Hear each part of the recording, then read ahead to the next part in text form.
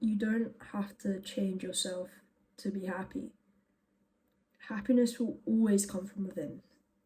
I feel like people picture it as sort of an outside entity that we try to grab a hold of, but that's not what it is. And you shouldn't feel the need to change yourself in certain circumstances to feel happy. And when I say that, I mean you don't need to change your appearance to be beautiful, or you don't need to change yourself to be loved correctly. It's not always you, you know, sometimes it's other people, and we look at ourselves and be like, wow, maybe if I changed how I look, they'd like me more. No, it's not. It's not the right way of thinking. Being comfortable with who you are is a journey, and some days you are going to be, and some days you're not, and that's okay, that's normal. But don't ever feel like you have to change who you are to fit into other people's ideals, because that's not right. That's not loving yourself. I think the urge to change yourself all the time stems from deeper insecurities, deep rooted insecurities, and that's something that everybody has, but we can control. It's not always a bad thing to change, but it's not necessarily going to make you happy. There's good examples of change, like if you have a toxic behavior or a toxic trait you want to break the habit of doing, then it's good to change in that way. But I feel like that's not really change, that's growth. And growth and change are two different things. And growth is more important than change, in my opinion, because change sort of comes within growth in a way. But when you focus on growing and healing and accepting you for who you are and not having to feel the need to change, I think it will just come naturally when you're growing, if that makes sense. As we get older, we navigate through life and we learn from experiences. People will walk in and out of your life, become lessons, and that changes you as a person.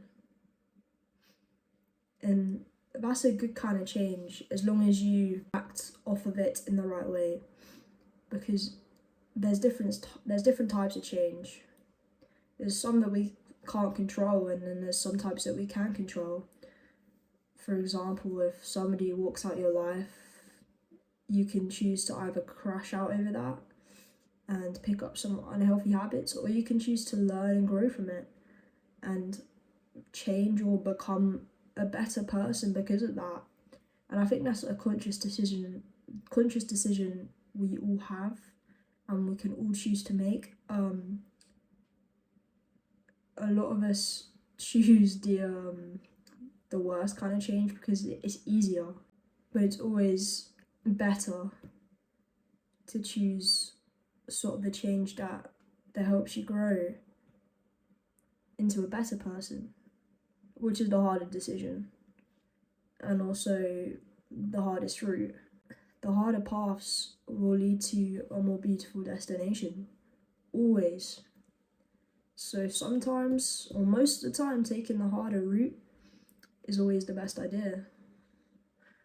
And it's character growth, which then links back to change, because